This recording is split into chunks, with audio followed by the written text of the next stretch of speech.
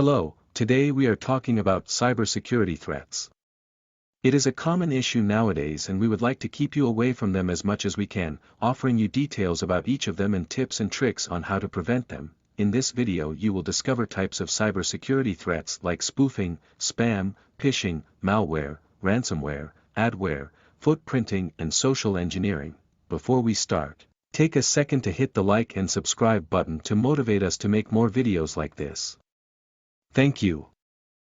Spoofing is an act of impersonation.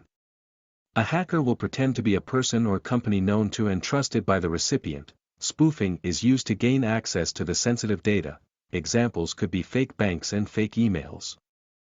Spam refers to the use of electronic messaging systems to send out unrequested or unwanted messages in bulk. As examples, email and spam messages.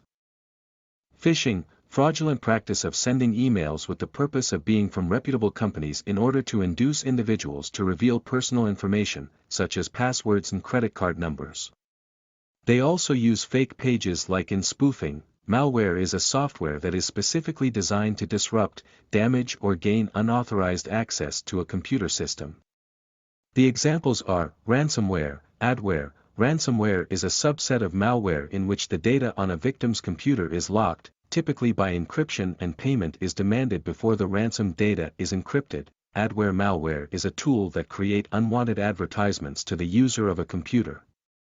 Footprinting is a part of reconnaissance process which is used for gathering possible information about a target computer system or network like employee information, phone numbers, emails, job information. Social engineering is psychological manipulation of people into performing actions like Wi-Fi password, dictionary. To stay safe, we recommend not using USB or HDD devices from other people. Don't log in from other devices. When buying or selling a device, make sure it is free of malwares. When you enter on a site that is not using a SSL certificate and its web page URL does not start with HTTPS, leave the site immediately.